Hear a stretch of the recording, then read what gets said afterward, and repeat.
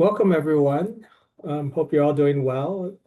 This is our second Lean Learning Seminar talk, and it's a great pleasure to introduce Professor Zaiwen Wen from BICMR and Peking University, and he will be speaking on advancing mathematical formalization, tools and techniques for Lean. Welcome. Thank you, Professor Zhou. Thank you very much for the kind invitation. Actually, Professor Tiangang told me this great seminar, so I volunteered to give a talk here. Thank you very much for giving me such a great opportunity. So let me first share my slides. So can everyone see my PPT pop? Okay. So today. Hello. Okay.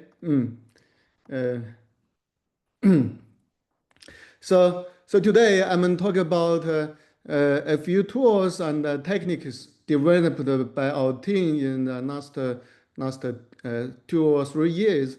This is a joint work with my team at the Peking U, also at Great Bay University. I'm going to first talk about briefly introduce about machine with assisted reasoning, mainly about the team and Lean. Next, I will talk about our progress on formalizing mathematical observation, and then I will introduce 3 techniques for example, for premise selection and auto-formalism. So I guess this audience, most of them know about International Mathematical Olympic, right?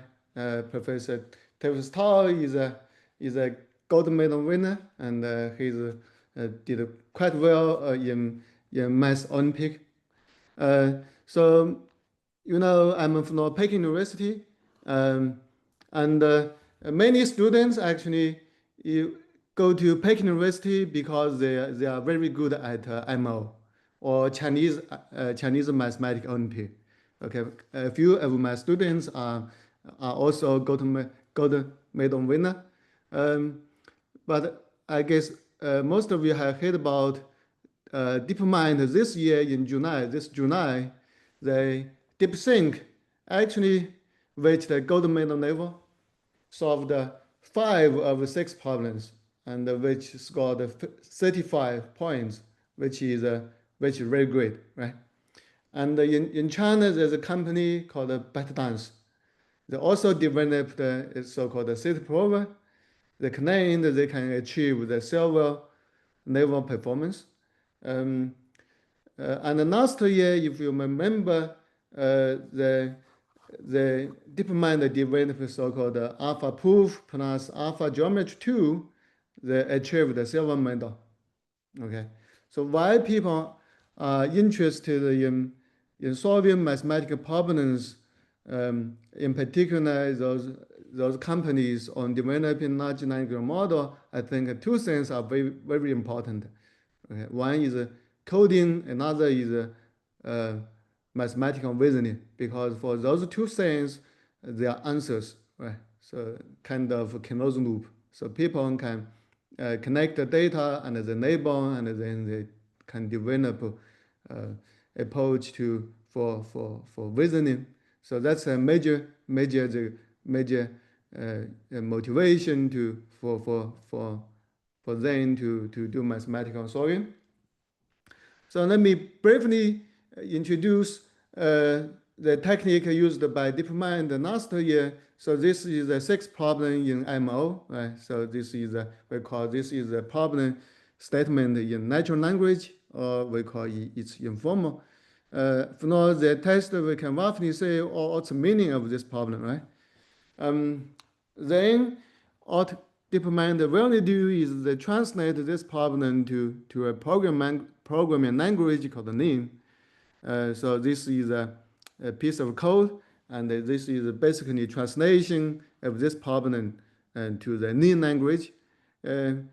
So if you if you have not been trained in lean, so this is quite different, right?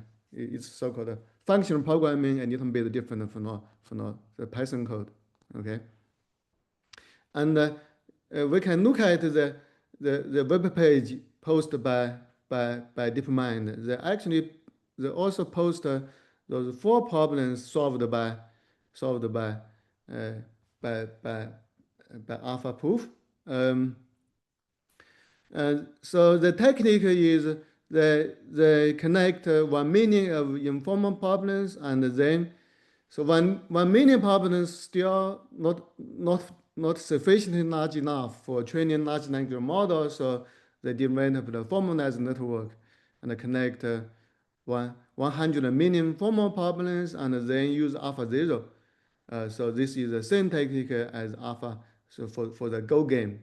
And then they train and do search and then solve this problem. But this year I heard the technique, the one the golden medal is purely natural language, but this does not mean formalization is not important. I think the most important advantage of formalization is check the correctness of the proof, right? So this is quite important. So many groups nowadays are very interested in formalization. So next, I will briefly review how artificial intelligence can help mathematics. And so what AI can do, I think there are at least the following points they can do. They can do automated theorem proving.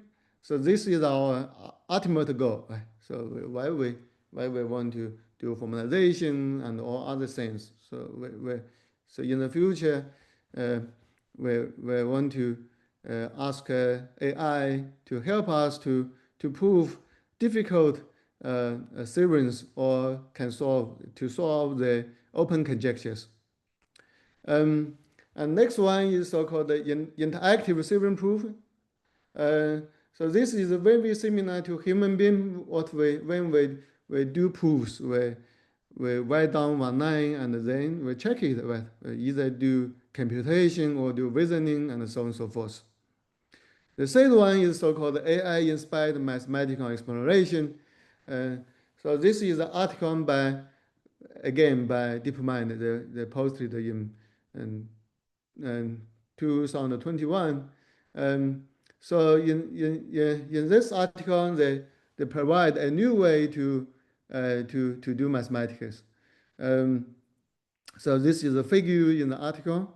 So actually, a few mathematicians and together with a few people from machine learning, they proved a certain conjecture. So here is the following. So mathematicians proposed a hypothesis, a problem, and then they want to ask whether a kind of inequality holds or not. Basically for the knowledge.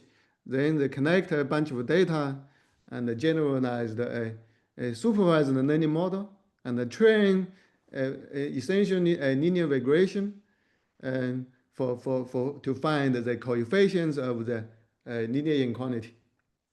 And then the human mathematicians, because they have domain knowledge and they train the model and they find certain patterns. What does this conjecture looks like? And then the theorem is proved by human. So this is a collaboration of artificial intelligence and a human being. And I think this pattern has been well practiced in the last few years. Okay. Last one is a topic we will mention today, so mathematical formalization. So in this August, it is announced by CMU they will build a new institute for computer-aided reasoning in mathematics. Okay, and it's funded by National Science Foundation, also Simons Foundation. So this is I think this is a great motivation for people to use computer and use artificial intelligence for mathematical reasoning.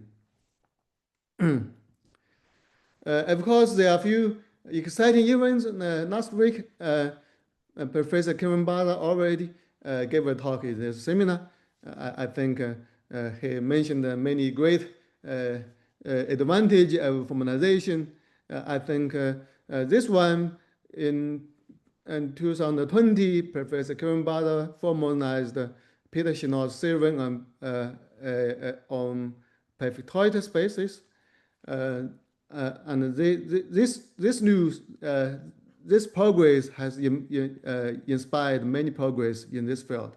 Of course, many of us have heard about the Terence Tao, Professor Terence Tao. Terry has great work on this topic. So until today, in MathLib, we already have 234,000 servers in MathLib 4. And the number of servers is growing very fast. So my own background is from applied mathematics, in particular optimization. So my goal is to expanding the boundaries for applied mathematics. So if you go deep into the director of MathLib, you can see this. There are many subdirectories. For example, algebraic geometry, algebraic topology. Most of them, I think, are on pure mathematics, and very few are from applied mathematics. So 2 years ago, sponsored by Peking University, also by the Beijing International Center for Mathematical Research, we start a very ambitious goal to formalize applied mathematics, including numerical linear algebra, optimization, and numerical ODE, PD, and so on and so forth. So in the long future, we want to add directories for those disciplines. Okay, of course, once we're done with these topics, we can formalize topics from machine learning, signal processing, and image processing. Okay, and then it will help us to our ability for interdisciplinary research. So this year we also start a project on formalizing a few textbooks on mathematics. For example, nonlinear programming, for example, numerical optimization by Professor Jorge Nosdor, also Steve Wright, and also convex analysis from Professor Rockefeller, and matrix computation from Professor Jean Granaber and a few other professors.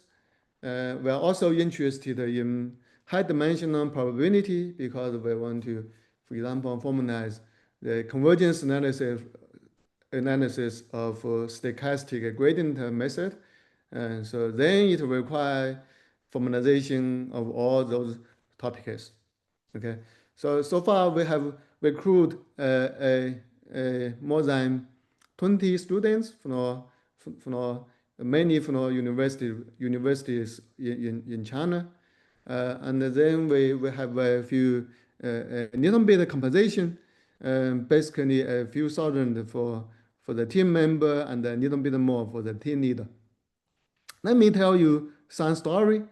So we post this recruitment on the social media, and some people challenged us because so this number of course is not high because for example for DeepSeek, if you work for DeepSeek, the probably the salary for 1 day is already this number. But I joked with them. You can train in our team, and then you can make those certain amount of money at those big companies. I heard a rumor there's a there's a student from Tsinghua University, and he can make around 100,000 per month. I think this is certainly a large amount of payment. Okay, so this shows actually formalization is quite popular, and it's been recognized by those large companies, right? So they are willing to pay quite a lot to support this area. And in the meantime, when we formalize those textbooks, we also want to build a knowledge graph, also in a way such that we can help us to do machine learning algorithm. Uh, so we do not simply do formalization, but also do a few other things. So if you are interested in those topics, please feel free to contact with me. So over the last 3 years, we have 6 training sessions, including at Peking University, also, for example, at Shanghai Jiaotong University this summer, and the Great Barrier University last winter. And in this winter break, we will also organize a training session at Sichuan University. And so we will provide hotels and also for free meals. So everything almost is free. So if you have any student who are interested in this training session, please feel free to contact with us. Okay. And we are also developing a tool called the WizLab. So Go it's a smart tool powered by artificial intelligence. So just imagine one day, every morning you wake up and you want to prove certain theory. You talk with WizLab, then it will formalize the statement. And you can ask AI to prove this statement for you. Of course, many people may not understand the formalization or lean language. You can also translate back to the human language, and so it will help us in a lot of sense. Okay, so this basically this is the interface of WizLab. Okay, there are 2 versions. Actually, we have a stable version. So it's prover WizLab.io, and the third version is alpha WizLab.io. In the future, we have, so once we will first deploy our version in alpha of this version. And then once it is stable, we'll put it at this website. Okay. So next I will demonstrate a few features for you. So let me sign out, log out. Of course. So this is the homepage of WizLab, and we have a playground. You do not have to log in. You can choose a few examples. For example, simple proofs. Of course, there's an official playground at the lean language, but so if you use that one property, the speed is not great. So I believe our version is a little bit faster. So you can try in this way, you see, and okay. Probably takes some time. Well, so okay. And then let me show you the main interface. Okay. Once you log in, you have you can see all your projects. Okay, and you can create a new project in this way, or either you can import it from your GitHub. Okay, simply, for example, copy the address to here, and then you can import. And we also have a few templates. We have connected many templates from online. Um, so a bunch of them. Okay, you can simply use connect this item, and it will import to your project. So I will use our OptLib for demonstration. So you can log in. So this is you can say any file you want to see. So the experience is very much like VS Code. Okay, so so basically we want to develop an online version of VS Code. And you can go to definition. Okay, and also go to type definition. So there are a few features. Okay, you can try.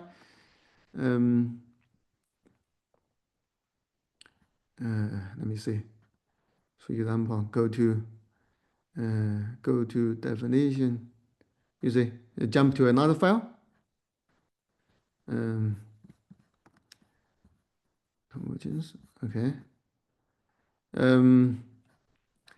And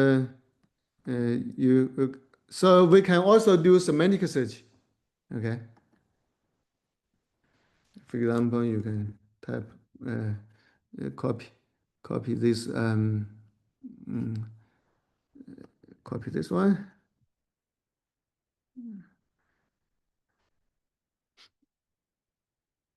So take a few minutes, right? So it will return the results.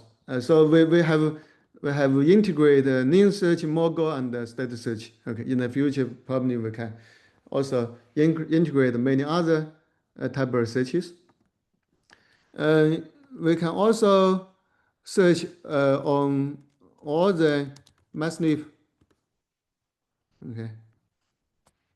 So for example, many things. Right.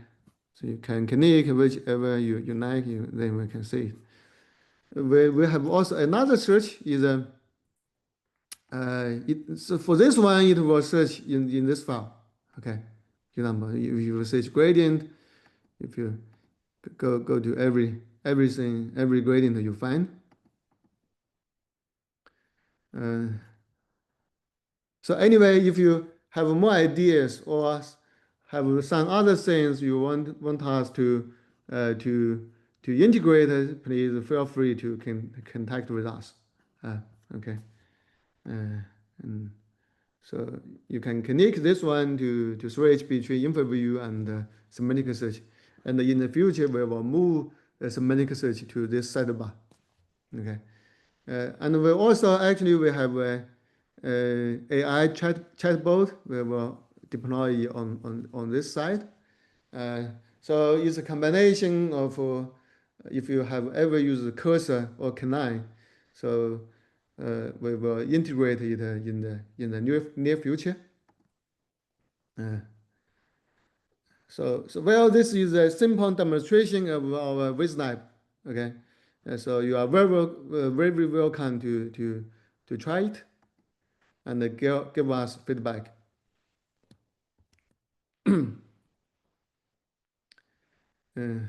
So next, I will. So if you have any question, please feel free to interrupt me, and we can have a discussion. So next, I will show our progress on mathematical optimization. So 3 years ago, we started this project with two very talented students. One is Li Chengyi, another is Wang Ziyu. So under the developments, we have formalized quite a few series in mathematical optimization. You can visit this web page for our code, some parts of code. Okay, and we also has described our progress in a few papers. So basically, we have formalized the definition of a gradient and the subdifferential, and also some basic properties of convex function, and the optimality condition for optimization problems.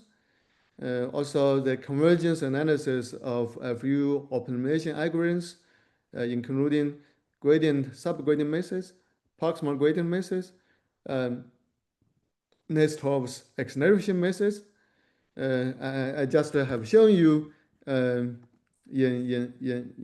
this web page. So actually, we've also started formalization of numerical linear algebra. For example, I think we have formalized the SVD, single value decomposition, and also a few other things. By the way, let me show you a few interesting features. WizLab also can support markdown files. You see, it's a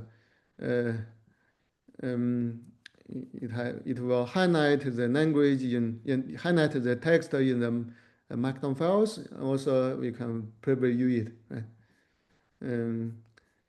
Also, you can click here, click this label, and you can see. So it can support markdown pretty well.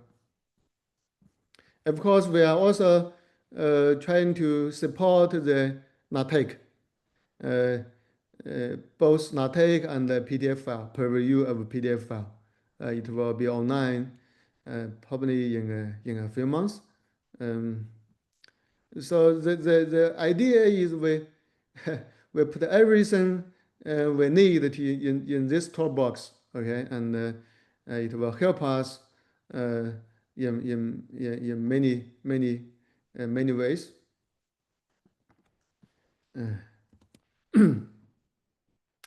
So let me briefly introduce the concept of first order methods. So we are going to minimize the function f. Suppose this function f is differentiable, then we can compute its gradient. Right? So the vanilla gradient descent method looks like in this way.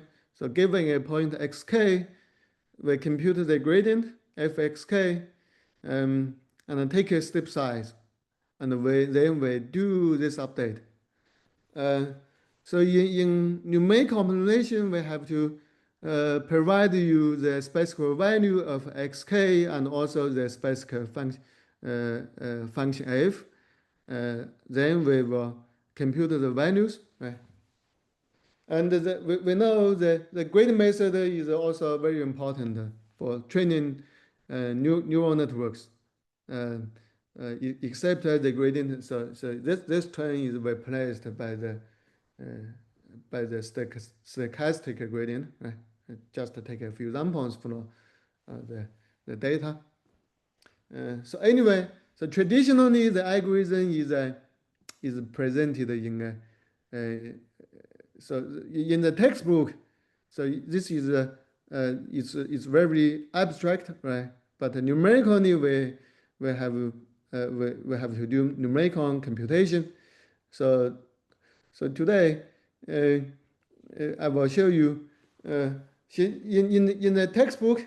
Suppose the function is convex and the gradient is Lipschitz continuous. We can say after k iterations, the function value of fxk and the optimum function values, the difference between them is 1 over k. So this is a theory.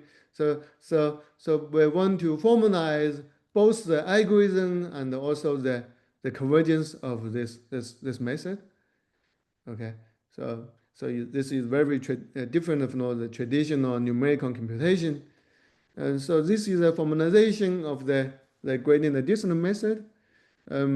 So from this line, this is the statement of the algorithm itself, right? We can say it can linearly from this line. Then we have many assumptions. For example, the function is differentiable, right? It has a gradient, and also the gradient is ellipsis continuous. The ellipsis constant is small l. We assume the L is non-negative, and the step size should also be non-negative. For the convergence, right? For the convergence, we simply use this class. We define. So you see, we define the approach in a class, and with a few assumptions. So almost everything is put in this definition. And then so for the definition of the gradient method itself, we do not require whether the function is convex or not. But for this convergence, we need a convexity. Okay, so if we further assume the function f is convex, also we require the step size is smaller than 1 over L. So the ellipsis is a constant of the gradient. Then we have this theorem. Okay, so similar to those theorems in pure math, I think for pure mathematics we can also formalize them. Okay, but of course there are differences between pure math and applied mathematics, and for in particular for numerical optimization, we have algorithms, right? So in this way, so this is the most, I think, most simple algorithm. We also have much more complicated things. For example, the conjugate gradient method, they have multiple lines of code. But I think as long as we can write it down on the textbook, just as the professor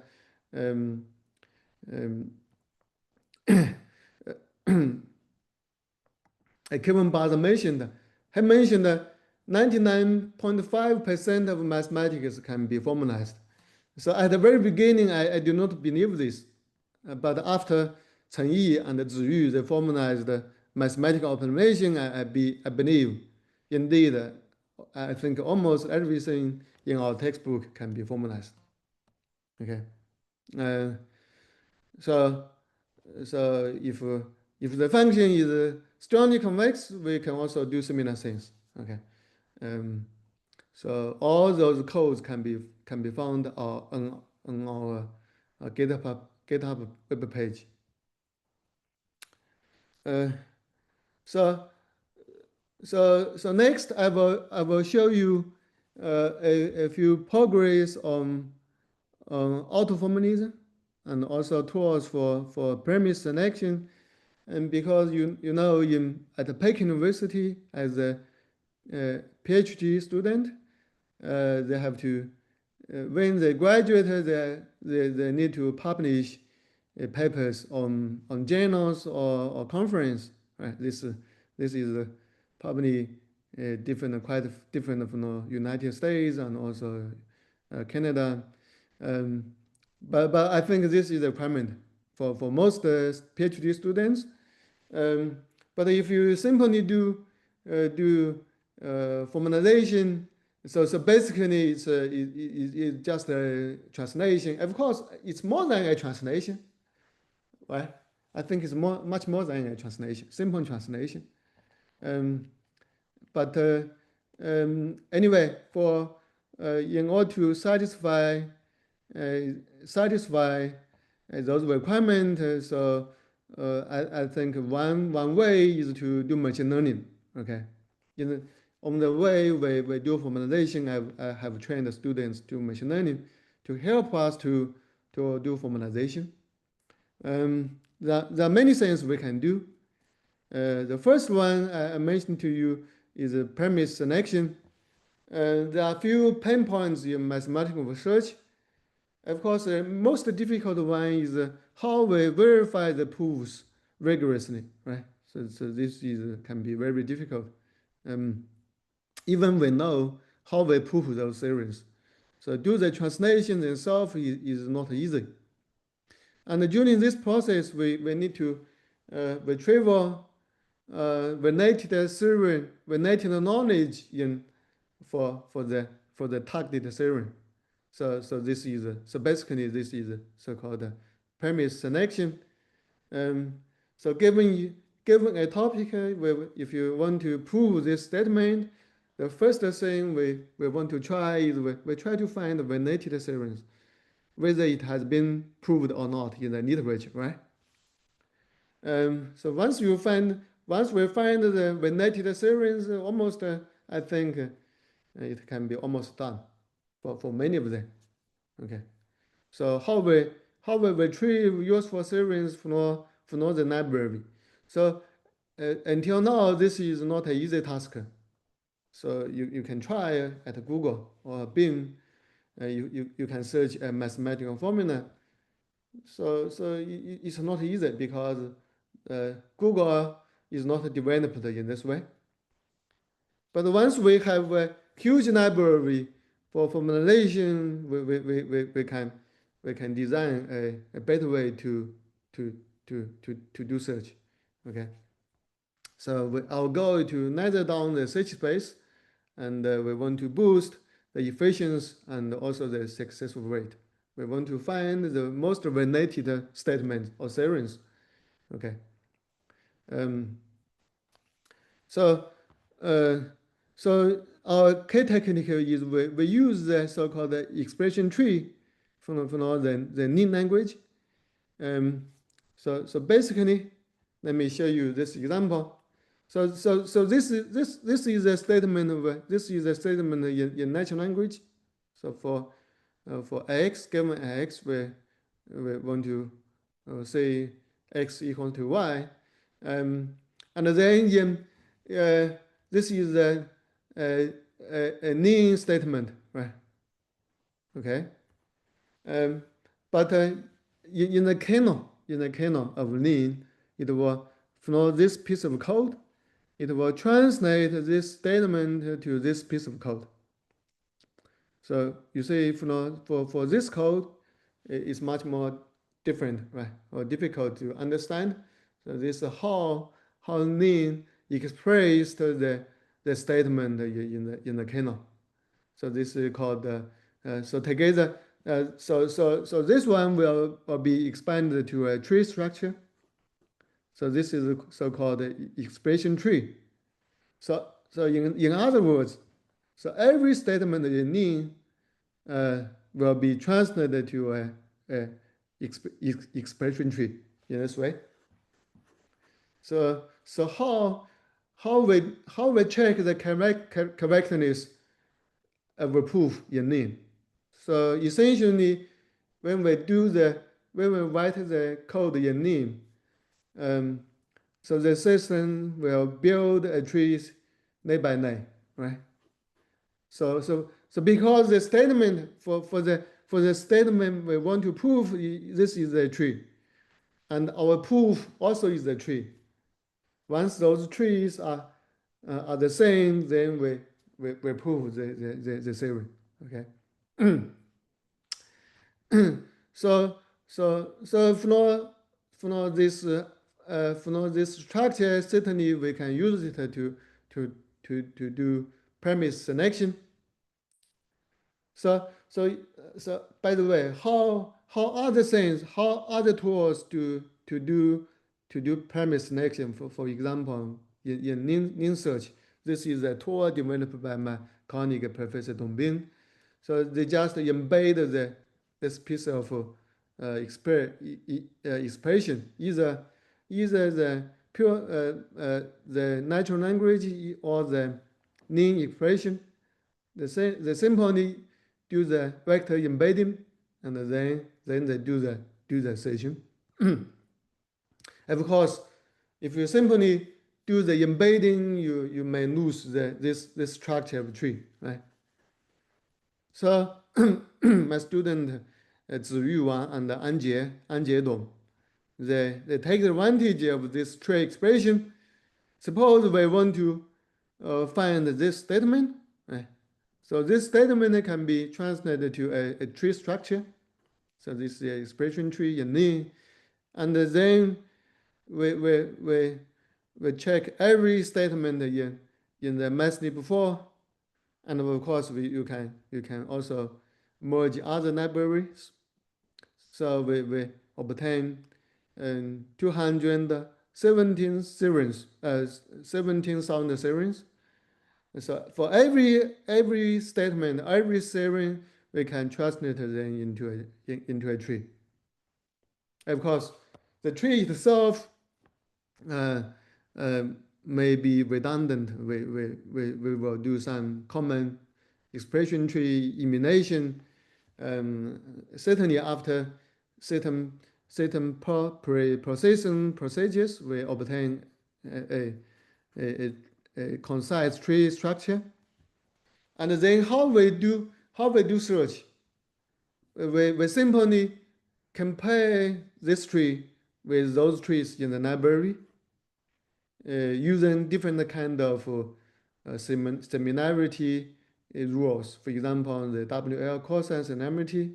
So this one, those things, this one is cheaper.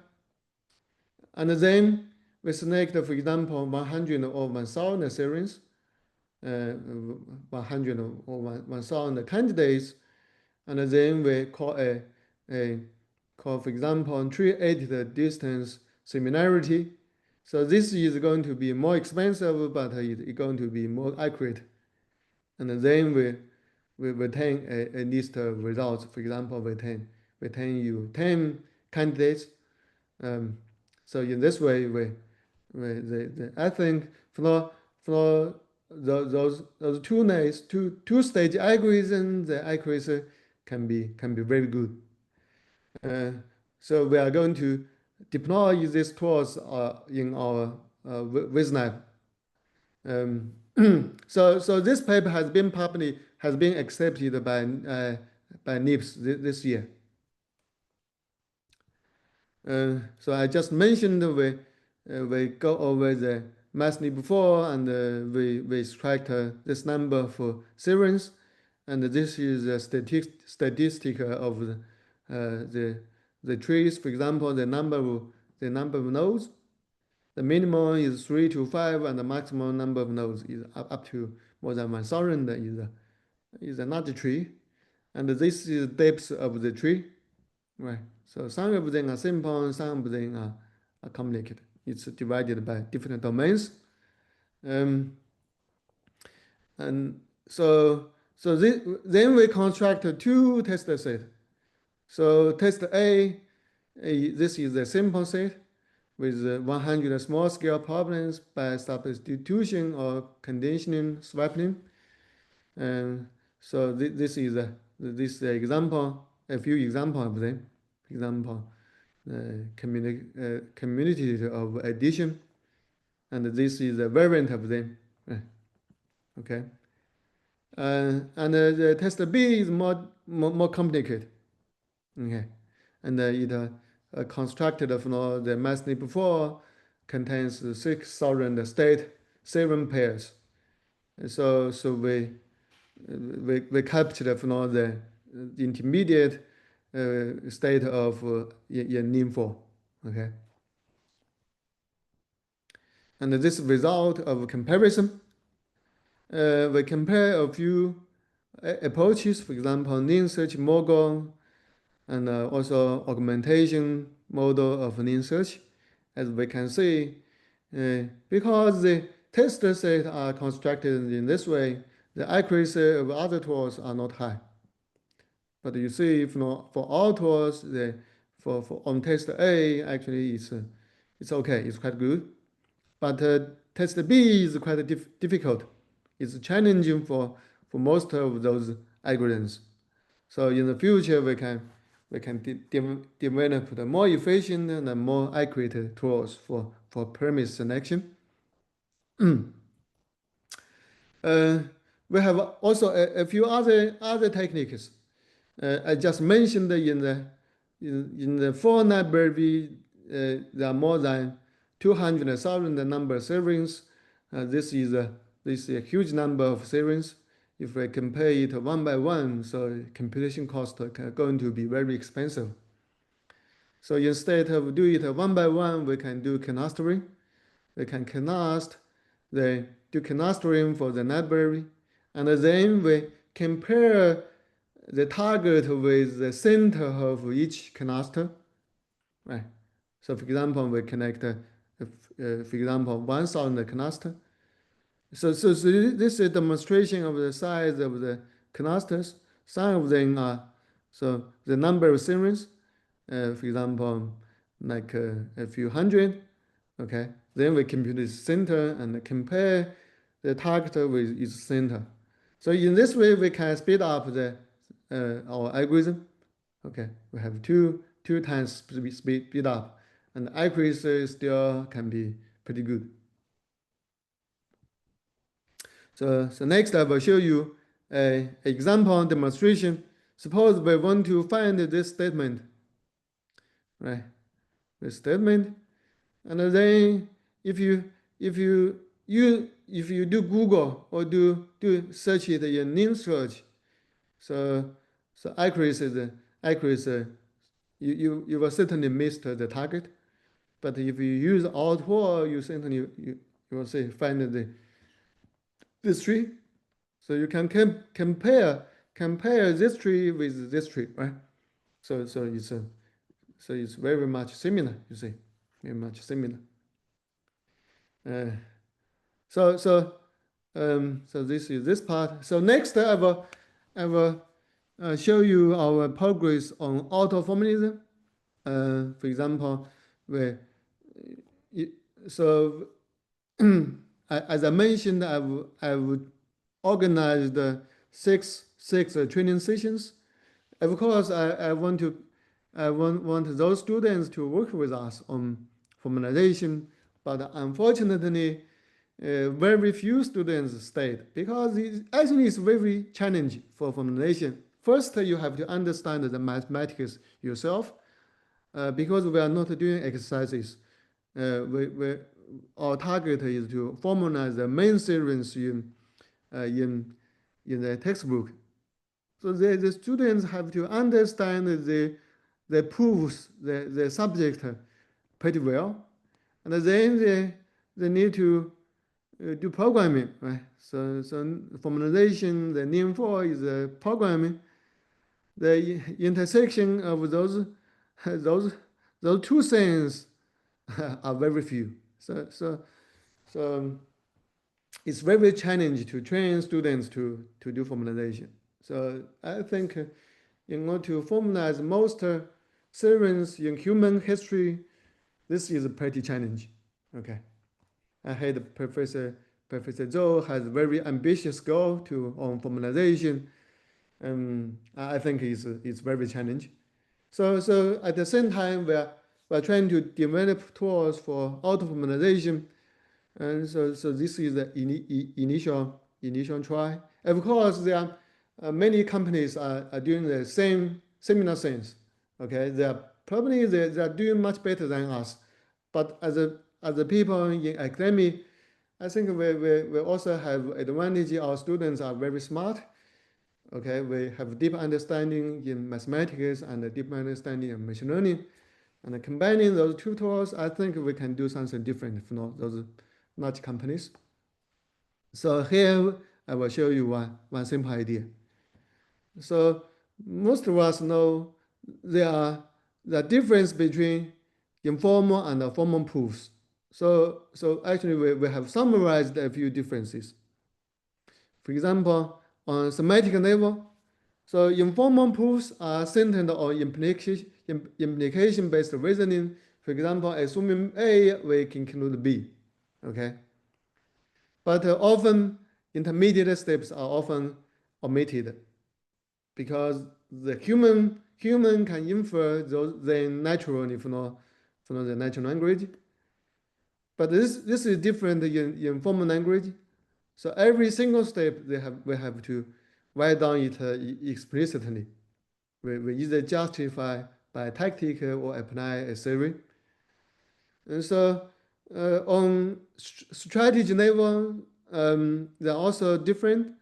For example, by execution, so this is certainly efficient for tools, but tedious for human being.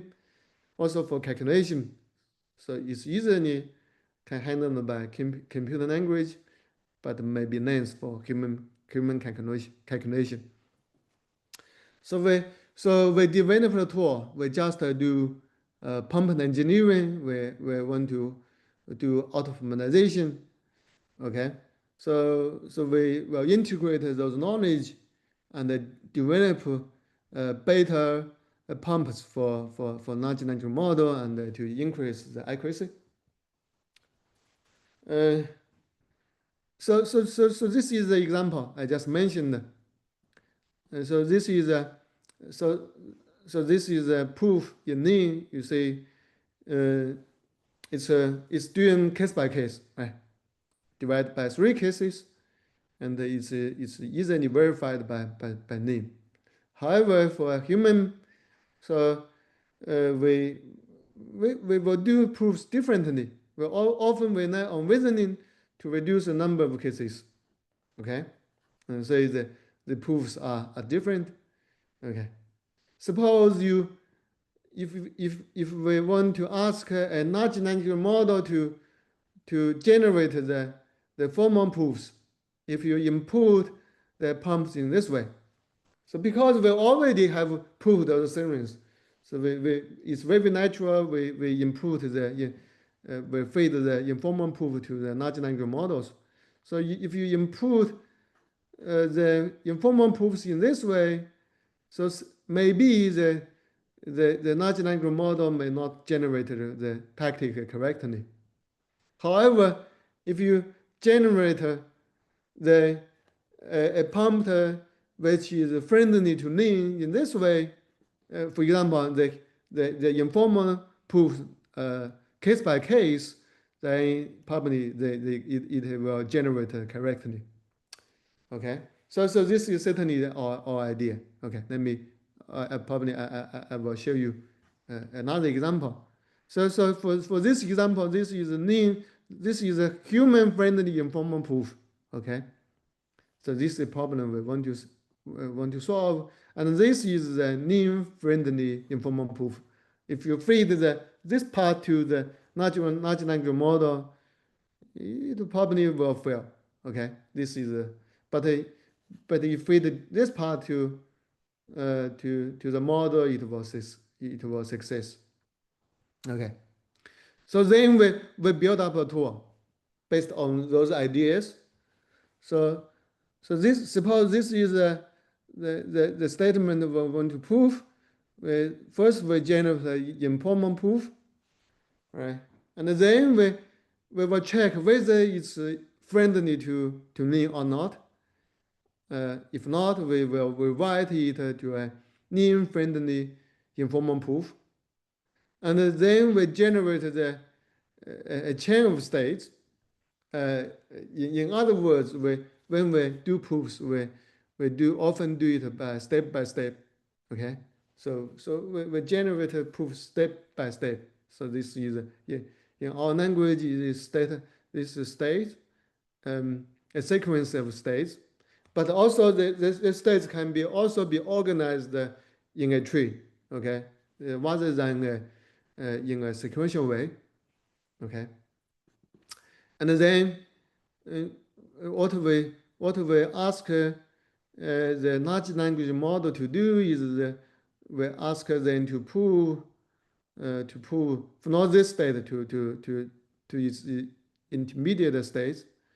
So because this step is the sentence is much simpler than proving the original statement, is much simple. Okay, and the successful rate can be high, much high. Of course, once we generate the tactics, we also input it to Lean language. So here we use Lean G#. We also develop a tool ourselves. You can interact with the Lean language and then check whether the proof is correct or not. Okay, and you repeat this process, and then we can achieve a pretty good accuracy. This is our result. So the budget means the number of tries you because when interact with a large language model, we probably we cannot be success in one step. We try multiple steps. Okay, this is multiple steps. We try, and it's much cheaper than many other proofs. For example, for DeepSeek prover, the computation cost is much high because those things are there. They also using reinforcement learning, and they will ask many resources for computation. And on the mean F2F, on this test set, we achieve 70% accuracy. So this result is been, we did this on at the beginning of this year, or almost half year ago. So right now the accuracy, similar algorithm is much high. Okay, we are constantly refining our algorithm. So last, I will show you the overall idea. I just mentioned to you. So why we do formalization, right? Why we do formalization? Our goal is to help us to probably we do automatic self-improving. Also in the future we can generate papers by automatically, right? Okay. So let me show you an example. I think so the techniques are we now have those techniques to generate a proof automatically. So I just mentioned to you we have constructed we have formalized many theorems in optimization, right? So this is the theorem for optimization, convergence of possible gradient method. Okay, suppose so you can just imagine we have just formalized the gradient distance method, right? I've shown you, and then for no application, for example, for no machine learning, for no imaging processing, also signal processing, what they are trying to do is specific application. In other words, the function is a particular instance rather than a general function, right? So what I will show you is a very general function. So this column is a general.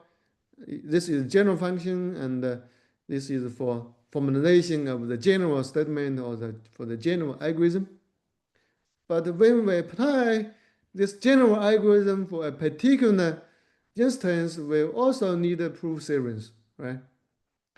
So you just imagine is a pure math apply a theorem in pure math to applied mathematics, similar things. Then we also need to check whether the assumptions will be satisfied.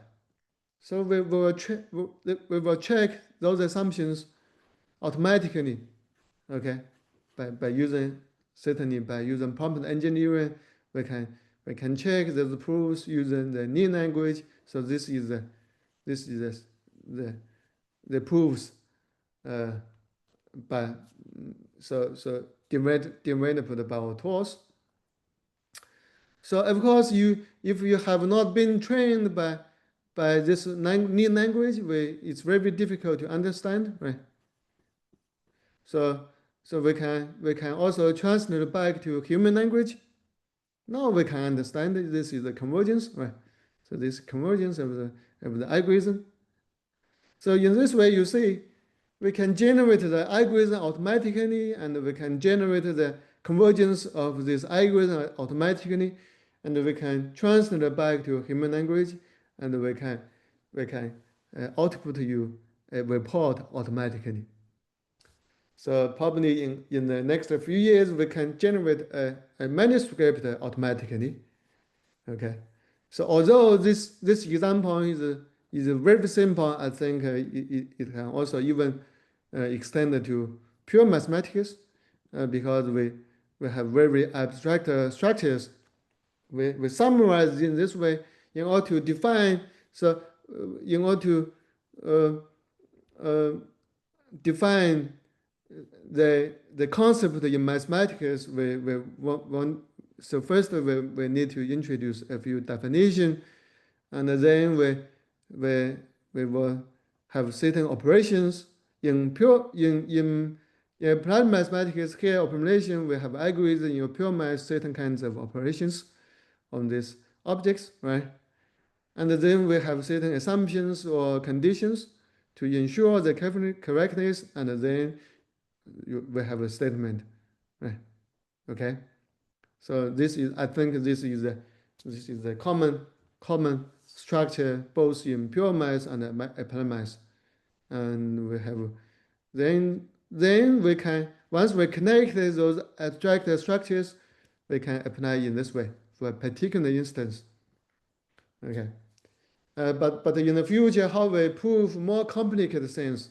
So more, for example, the original uh, abstract service itself, then it takes time to go. Uh, so if you are interested in, we have a paper on this. It's been submitted to a triple AI conference. But if you are interested in, you can ask me and can provide you our manuscript. So this is my talk. Thank you very much for your listening. Thanks.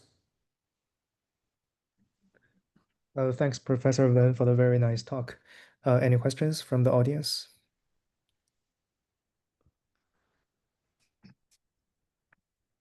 Just out of curiosity, sorry, the question might be a little bit, but I think I saw the plan was like develop some like numerical D and PDEs, but isn't that like in the current math libs, the PDE was not well established yet? I think so. I think so. So is there a Yeah. plan to develop that, or is there like we just go to numerical directly? Well, so PDE certainly is very interesting. I've been talked to many mathematicians in China on PDE, formalized PDE. So many of them actually are question on whether it can be formalized. They don't believe PDE can be formalized. I'm trying to convince them that that's also possible. But for us, for my strategy is focused on numerical optimization, also numerical linear algebra. So in those domains, we are trying to set up a example or set up a demonstration for them. Okay, then I will try to convince them that's possible. Okay, Great sense. thanks. Okay. Any other questions?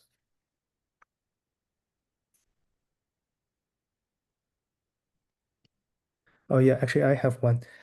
So Professor Wen, you mentioned that you want to translate some informal proof to some Lean-friendly informal proof. Yeah. I was wondering what's the metric there? So how do you determine if a proof is more Lean-friendly? Well, this is a very good question. Let me check if I have. Well, Not so diagram. we do not have we do not summarize a metric. We just by human being. So this is a briefly. So we just summarize a few patterns. Okay. So for example, so we certainly we move in the redundant explanations, aligning with the formal statement modeling. We generate non-rigorous logic and making implicit logic steps explicit, and we encourage exhaustive enumeration for number theory problems, and we encouraging omission of calculation steps, emphasize type information for type transformation problems. So that is, we write down those prompts write those things in our prompts. But you are right. We can design certain kind of metric to do it automatically. Okay. Oh, okay. So can I also ask how large is the data set here? Uh, so as I just mentioned, You're right. So actually, our algorithm is still under development. Um, so there are so in this figure we have two steps. So one step is we translate the informal proofs to chamber states. Okay. And then we ask a large language model to do the translation of proofs for those two intermediate states. Okay. So in this part, we actually trained a small model to generate the states. I didn't. So this is our benchmark. So of course we connect a few data, and also we connect a few benchmarks, and this is accuracy. So this part is the next table is limited to this step. This means how accurate the translation of this step is. Okay. So for this 100 problems, 80 of them from MathLib and 20 of them from Lean Workbook. Okay, we have tried a few methods, for example, GPT-4o, and the number of this means number of it will try 5 times. Okay, repeat 5 times. Of course, once you try multiple times, the accuracy will be high. And then also we test DeepSeek R1. And this is we train the small model 7B. Okay, you see, if you for this small model, the accuracy for the translation of to the chamber states, actually it's reasonable. Okay, uh, but probably in the future, I'm not sure we need this step. Okay, because the the large language model is being developed. Has been more and more powerful. So probably in the future, I'm not sure if we need this step. Okay. Mm. Okay, thank you.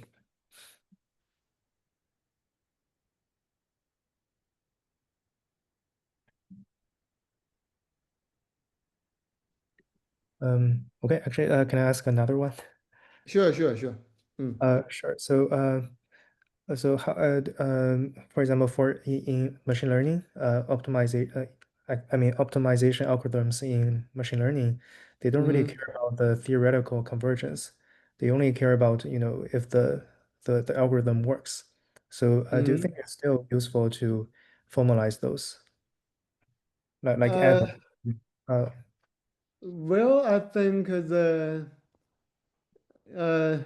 so of course in practice they don't care much about theoretical analysis, right?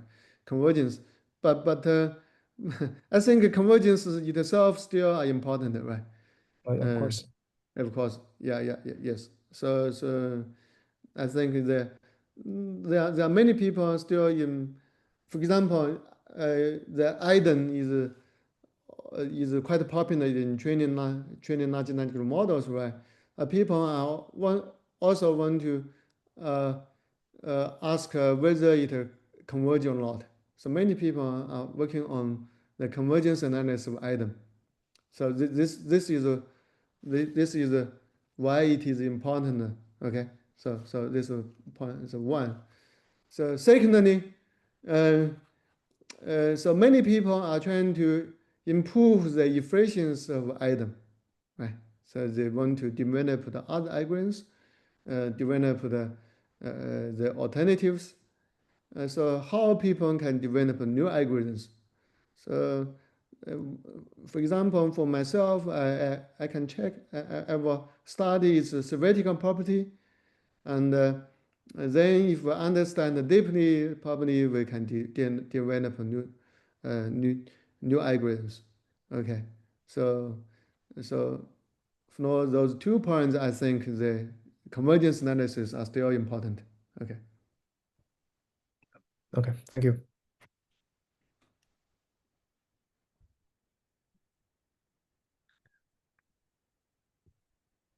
Okay, if there's no more questions, let's thank the speaker again. Thank Yeah, you. Thank you very much. Thank you very much for the time. Thank you very much. Mm.